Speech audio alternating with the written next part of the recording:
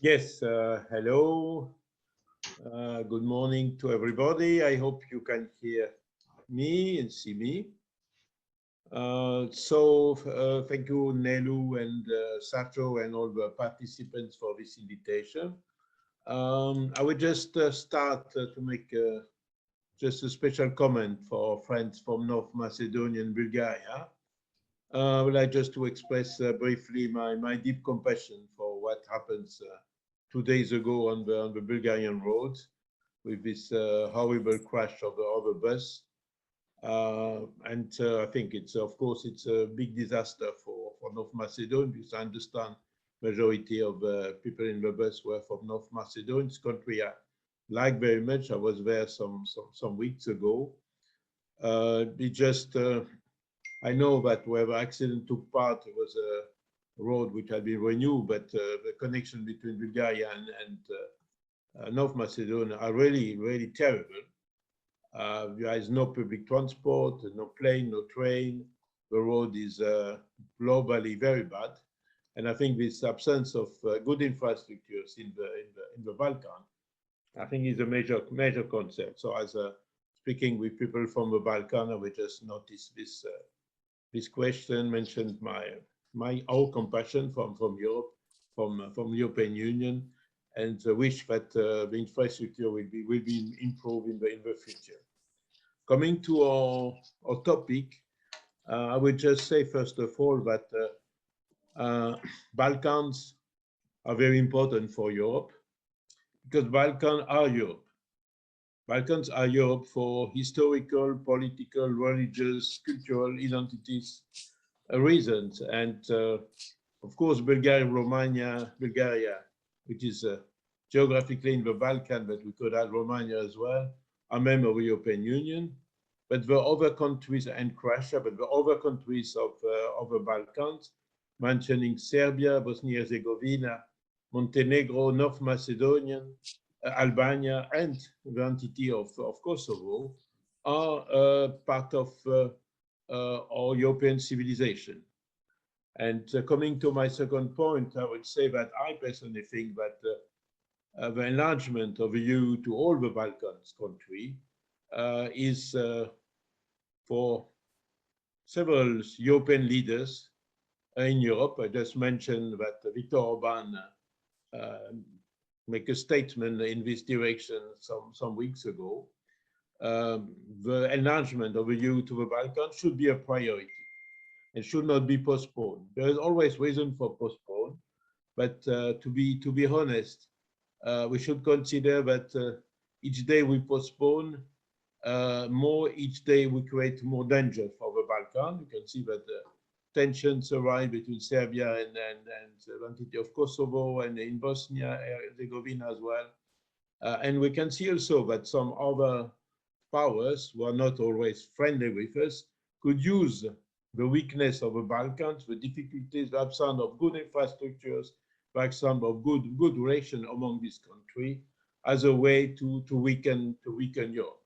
So my personal first message is that Balkan is part of Europe, and Balkan should be involved in the European Union as soon as possible. And I don't just speak, not just on my personal behalf, but president of Jean Monnet Foundation. Jean Monnet and Robert Schuman have a dream to have a Europe with all the European countries without any discrimination and exclusion. There's no reason to discriminate Serbia or Albania or North Macedonian or whatever countries. So this was my first message. Coming now with a question of relation with Asia, I will just make some comments. The first comment is that, of course, it's important to develop relation with Asia as partners. But when we have partners, we should have partners who share our values. And I will just mention how important is it, not mention the others, how important is it. And I see that there is you have an Indian partner to have a stronger relation between Europe and the South Asian continent, mainly India and Bangladesh, because these are countries who share our values, freedom of religion, freedom of political party, democracy, private business, SMEs, big development of SMEs. And we could add to that, of course, some others, very important actors in Asia, like Japan, like South Korea, or like Taiwan. But I think, and Sri Lanka. But I think it's the key issues with relation with Asia is also taking part the question of our values and the main question of a freedom.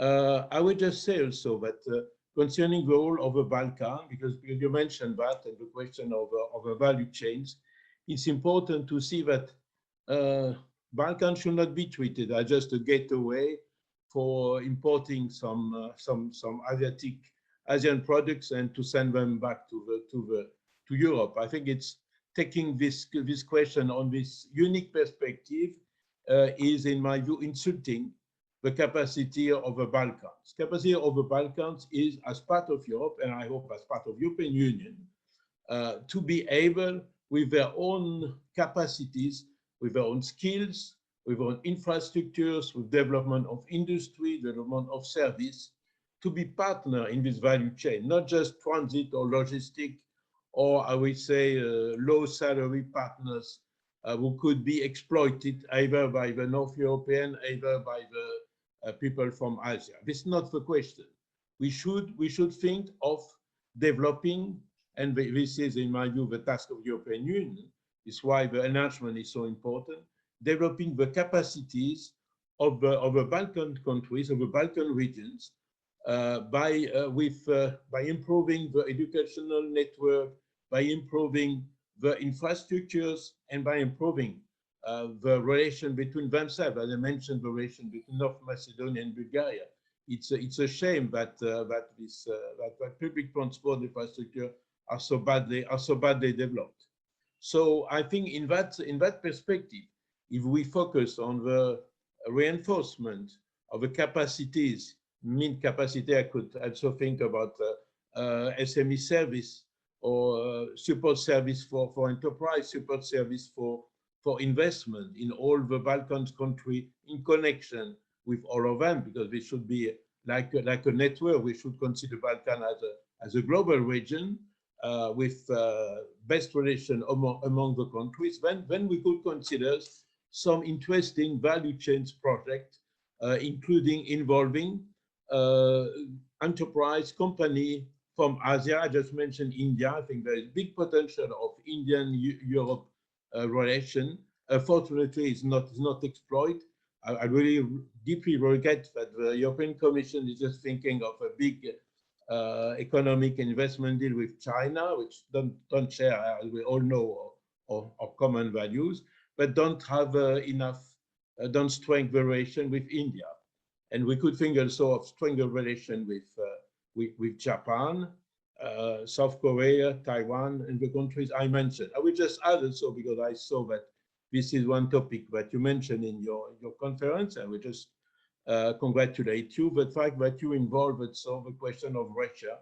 Russia is also part of Europe, so Russia may be involved in all this kind of better relation. We know that Russia is also a key actor in the Balkans, big investor, a key actor in Montenegro. I think I forgot Montenegro when I was mentioning it. People in Montenegro should apologize me. I forgot Montenegro in the Balkan country, still not member of the EU, but there are big Russian investment, big Russian influence, and this should not be considered as something negative. It should be considered as something as positive, as also for the Central Asian country. And Central Asia countries are also they are on the Silk Road, but they are also part of these value chains, and not just always be considered just as a gateway, but also considered as partner.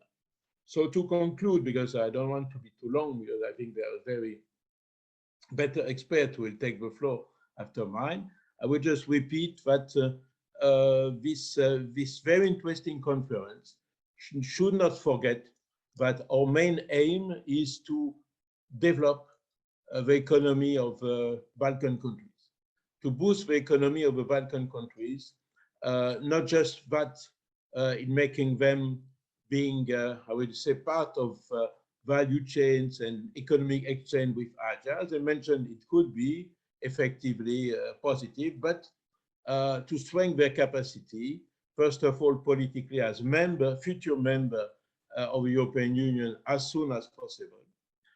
Secondly, to invest from their own resource, but from the European resource, much more in educational questions, to invest much more in SMEs, in innovation, support service for SMEs, innovation service for SMEs. I know there is the European Entrepreneur Network, from the European Commission, which is acting there, but we have not enough resource, not enough exchange of students with Erasmus. It should be much more. There should be a kind of Erasmus for the Balkan, and insisting of the necessity of strengthened relation between the Balkan countries themselves. Not just mention the infrastructure, I start with that, but also industrial cooperation, innovation.